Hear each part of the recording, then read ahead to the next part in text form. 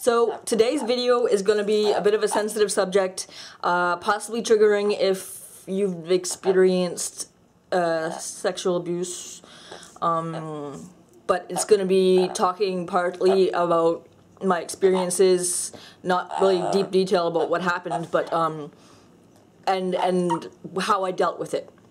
So I'm hoping it's going to be like a positive twist, and maybe that you can use what I learned along the way. Blah. So first, it came up recently in conversation with someone about the getting a lot of nightmares at night. And I remember back, it was pretty much around when I started cutting. I was so scared to go into my room at night. I would have to leave the light on in the hallway, so there was a lot of light coming in, because otherwise, if I was going into the room in the dark or going to the bed, I would have to run to the bed so that because like I don't know, it was stupid. Like, I was an adult, but seeing things in the dark, like imagining the dark, evil in my room, and like anywhere else I could be in the dark, in the living room or in the kitchen or anywhere, and I was fine. But if I was in the dark in my room next to that bed, then ooh. So I would leave the light on in the hallway, so there was a lot of light. Otherwise, yeah, I could lay there and I would imagine figures in the dark, like him, the way he would stand at the end of my bed with his booze and just watching me sleep. I was like a teenager, and he was just standing there watching me sleep, and so I would like see in the dark this figure at the end of the bed. And so yeah, the light. So if you have maybe even several night lights, or leave the light on outside the room and leave the door wide open so there's lots of light, so that you don't have those figures in the darkness, if that's an issue for you. And also something that really triggered nightmares for me about not necessarily direct memories, but nightmares about being molested. Something that triggered that was if I would fall asleep with my hands on myself. Like let's say I'm laying on my back with my hands like this, then I would incorporate that into the dream, or the nightmare technically, and I would imagine that I was being touched again, that he was in the bed with me again, or something like that. So that would trigger a nightmare, and it would, in my head I was like, it's really happening again, when in fact it was just my hands. So but it was pretty intense. One thing that helped, aside from making sure not to keep my fall asleep with my hands on me, was to kind of take the power away from the dream, because eventually, like, I'd had the dream enough times that or dreams that I would realize this isn't real. I'm not there anymore. This is not happening. So I was like, and then I was just like, this blows. I'm having this nightmare and I don't know how to stop it. I can't wake myself up. But I can just say to myself, it's not actually happening, and it's like, I'll just wait and it'll be over, and you're okay. Like I'm not 15 or 5 anymore. I'm grown and I'm not in that situation. It's kind of like a grounding technique in your head, I suppose. Even stupid bird. Sorry, it applies to flashbacks while you're awake, not just like if you're having a flashback while you're awake. That'll like have grounding techniques, like say how old you actually are in this moment, not how old you were at the time, and just like kind of like, okay, my feet are planted on the ground, and like just like, it's called a grounding technique. Yeah, it can be Googled too if you want like extra details about all kinds of ways to ground yourself.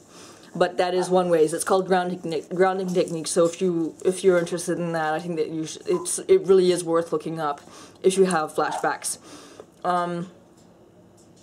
Okay, another thing that really destroyed me, and also led to cutting, was the guilt. Guilt. I would have guilt gut over like days, and I would feel sick.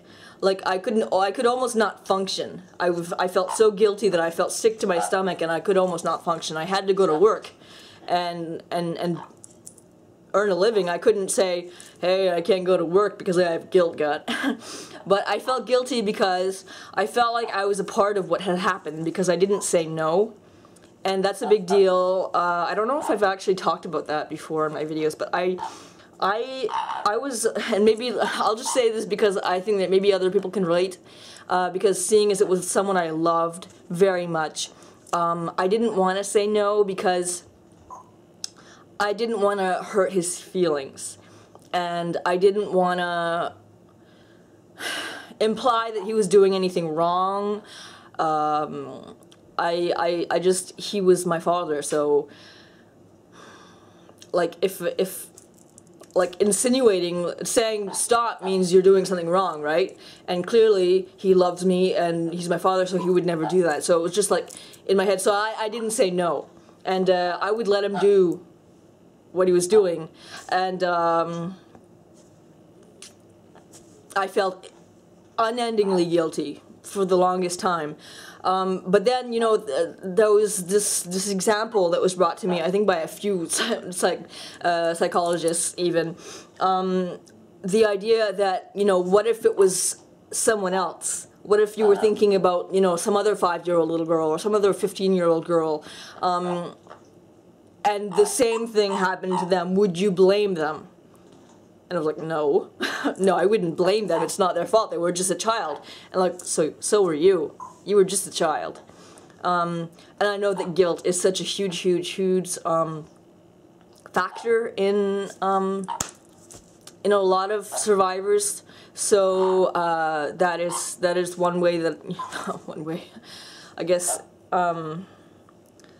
One way to really just kind of remind yourself constantly that it's not your fault, and think about if it was someone else, you really just wouldn't blame them.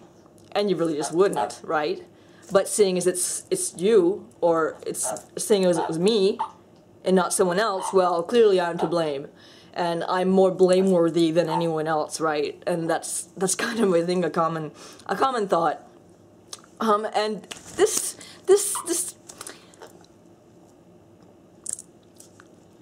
fabulous camcorder with better definition and all that stuff doesn't tell me how long I've been talking, so I don't know when to stop. But I think I've pretty much said it. My handy notes on my hand again. I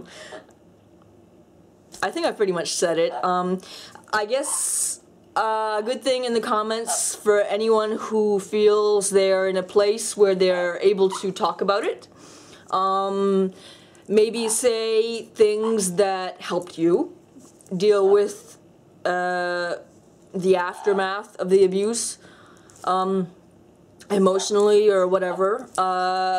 Say so in the comments. It could give other people ideas. That way it'll not just be mine, but, you know, variety. So, okay.